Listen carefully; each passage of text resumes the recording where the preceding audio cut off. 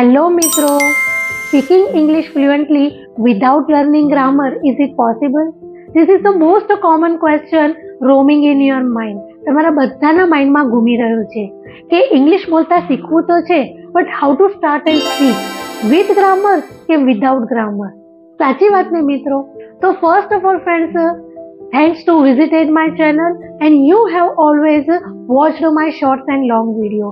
So before continue this video, you all know that who am I despite that I am introduced. So friends, you can more comfortable with me and continue this video till end.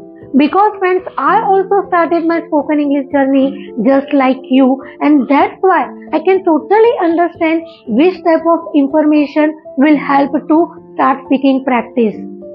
So first of all friends, make sure ખાતરી કરી લો કે spoken ઇંગ્લિશમાં speaking કરવું ખૂબ જ important છે. With grammar અને without grammar is the second most important things. તમને ઇંગ્લિશ કેટલું ખબર છે પણ તમે એને સ્પીકિંગમાં કેટલું યુઝ કરો છો, it is the quite important. Understanding all English content isn't enough to start a spoken English. Spoken ઇંગ્લિશમાં speaking only comes by speaking. Means friends, ઇંગ્લિશના વર્ડ્સ અને શોર્ટ સેન્ટેન્સીસ તમે તમારા ડેઇલી કન્વર્સેશનમાં કેટલા યુઝ કરો છો, it is a vital part. Now the question is that with grammar કે વિધાઉટ ગ્રામર?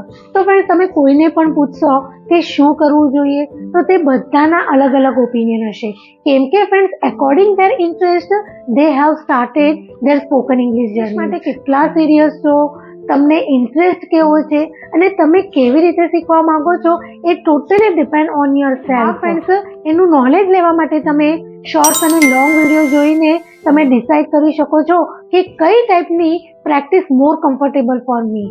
કેમ કે ફ્રેન્ડ્સ, ઇંગ્લિશના એન્વાયરમેન્ટ થ્રુ સ્પોકન ઇંગ્લિશ શીખી શકાય છે, ઓફલાઈન ઓનલાઈન કોચિંગ દ્વારા સ્પોકન ઇંગ્લિશ શીખી શકાય છે, કે પછી શોર્ટ્સ અને લોંગ વિડીયોનું બેસિક નોલેજના રિક્વાયરમેન્ટ થ્રુ તમે સ્પોકન ઇંગ્લિશ શીખી શકો છો.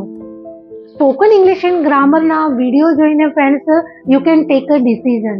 કેમ કે friends, English grammar in Hindi video જોઈને you can understand everything, but you can't push your mind to make a sentences your self.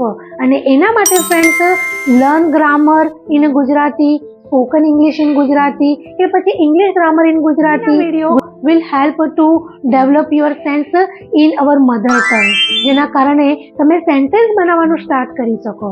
Study માટે friends, to get good marks, deep grammar knowledge is very important, but spoken English માં basic knowledge is enough to start a broken English. અને એના માટે ઓછું ખબર છે કે વધારે ખબર છે, એના કરતાં તમે સ્પીકિંગમાં એને યુઝ કરો. As much as repeat it, regularly repeat those all things. કેમ કે ઇંગ્લિશના વર્ડ્સ, વોકાબ્લરી, શોર્ટ સેન્ટેન્સીસને કન્ટિન્યુઅસલી રિપીટ કરવાથી it will make a part of your memory, and once it will make a part of your memory, forever you can use it. અને friends, એના માટે listening skill is the most important aspect to make familiar with the language. You can watch English simple cartoon story and learn basic words, vocabulary and short sentences and use them regularly. As you do this regularly, you can notice that કે words ને easily તમે તમારા daily conversation માં અને sentence માં use કરી શકશો અને થોડું થોડું તમે ઇંગ્લિશ પણ બોલતા શીખી જશો. Listening is just a start, speaking come next. Speaking might be difficult at first. Speaking શરૂઆતમાં difficult લાગશે, but with the words and small sentences through start speaking practice. એ તમને મોટિવેટ રાખશે, તમારા માઇન્ડને પુશ કરશે પ્રેક્ટિસ કરવા માટે. અને રેગ્યુલરલી પ્રેક્ટિસ કરતી વખતે યોર માઇન્ડ મેક કન્ફ્યુઝ કે am is are, was were, has have had, આ બધું કેવી રીતે આવે. એના માટે ફ્રેન્ડ્સ, ઇંગ્લિશ ગ્રામરનું બેસિક નોલેજ લઈને you can try to make a sentences. તો ફ્રેન્ડ્સ, આ હેબિટને એટલીસ્ટ 2 to 3 મંથ ફોલો કરવાથી you can notice that you can make or speak more sentences rather than before. તમે પહેલા કરતા થોડા વધારે બેસિક વર્ડ યુઝ કરશો, કદાચ થોડાક વધારે શોર્ટ સેન્ટેન્સીસ યુઝ કરશો. તો ડુ એપ્રિશિએટ યોર સેલ્ફ કે તમે ધીમે ધીમે તમારામાં પ્રોગ્રેસિવ કરી રહ્યા છો. કેમ કે ફ્રેન્ડ્સ, પોતાને એપ્રિશિએટ કરવાથી એક પોઝિટિવ માઇન્ડસેટ ક્રિએટ થાય છે આપણા માઇન્ડમાં, જે આપણને કન્ટિન્યુઅસલી આપણી કન્સિસ્ટન્સીને ફોલો કરવા માટે, પ્રેક્ટિસ કરવા માટે આપણને હેલ્પ કરે છે. This positive mindset increase your strength. Yes, now I can able to make a sentences and speak some sentences.